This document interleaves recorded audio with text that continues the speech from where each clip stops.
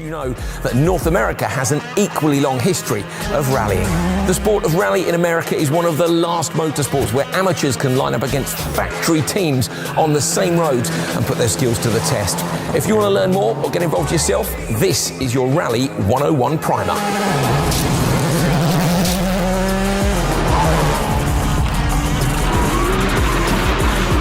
Rally events are a test of speed, endurance and perseverance. Held on closed forest roads, a rally consists of competitive timed sections called stages linked together by transits, which are driven on open roads at legal speeds.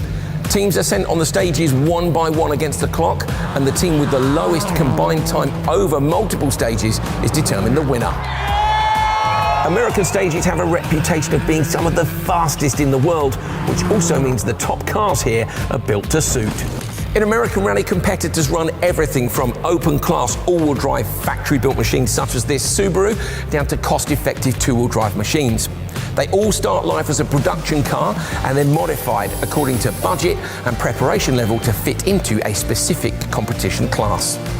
Highly modified all-wheel drive and two-wheel drive open-class cars are the fastest of the bunch, while the limited or production class cars are more showroom stock with safety and minor performance modifications allowed.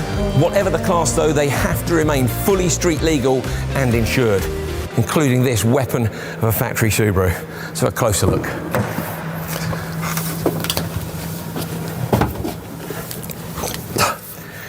I'm tall. Travis is tall. I'm out of practice. Like all rally cars, this Subaru started life as a bone stock STI on the showroom floor. Then here at Vermont Sports Car, they tear it down to a bare shell and then set about installing the safety essentials that every rally car must have. So, a big roll cage to protect you in the event of a rollover or going off the road. Sorry, John. Super tight seats to hold you in along with these 6-point harnesses. Luck, Skippy.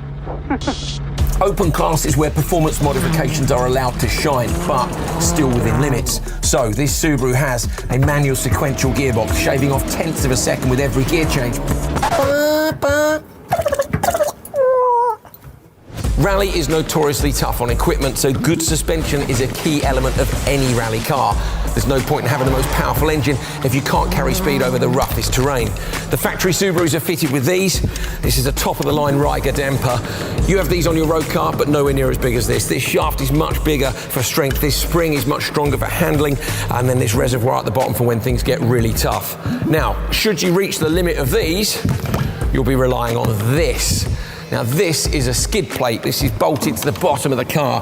What it's made of, how thick it is, how heavy it is, varies according to how rough the rally is, but that will protect things like your engine and transmission if they touch down on the road. When it comes to power, most open-class all-wheel drive cars these days are turbocharged.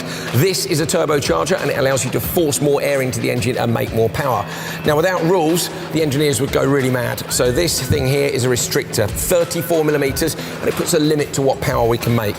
With one of these under the hood of the WRX STI, we're looking at around 330 brake horsepower and 400 pound-foot of torque.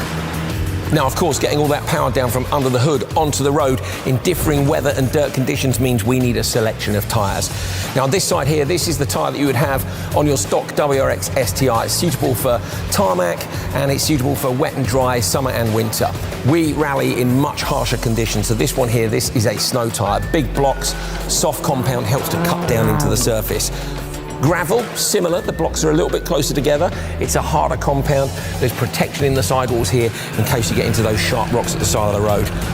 Now we're moving on to tarmac tyres. If we had a full tarmac stage, this is the tyre that we would use. Because it's got some tread cut into it, it's still road legal, meaning we can do those transit sections. This one is not road legal. This one's special. This is for Gymkhana. This is for Mount Washington where there's no transit sections. It's ultimate grip, but it's a full slick and it's not road legal. That is the full selection of tyres. What with these variables and the amount of prep that goes into a rally car, that's where the team comes in. Rally is a true team sport. With cars receiving a beating from rough roads or a slight excursion into the scenery, a rally car can be saved by the efforts of the service crew.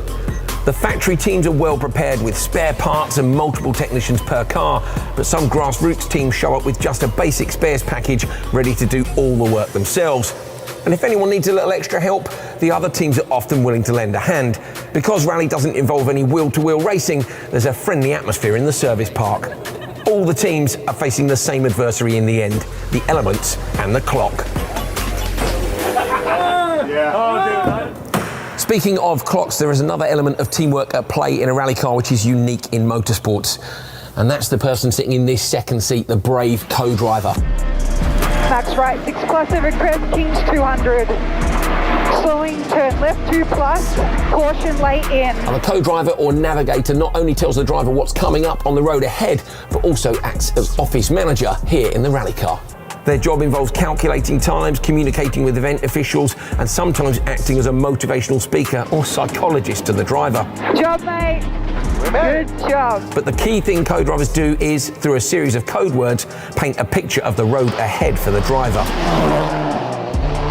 In the days before a rally, the driver and co-driver are given the opportunity to drive the stages at slow speeds to make their pace notes. This is called the recce. The fastest drivers are the ones who drive to what they hear, not what they see. Care, left 5 plus, slowing crest 55, turn left 1. 30. Max right 5 long down, 70. Left 6 over bridge, and right 4 plus short. Left 6, 20. Right 5 plus over 30, hug tightens 4. Right 5 plus over 30, hug tightens 4. And left 4 opens, 15. Max left 6 opens over 2 long crest, 35. Flippy left 5 narrow, 50. Committing fully to pace notes takes a lot of trust between the driver and co-driver, perhaps the ultimate test of teamwork. Okay, so you like what you see, you want to get involved, where do you start?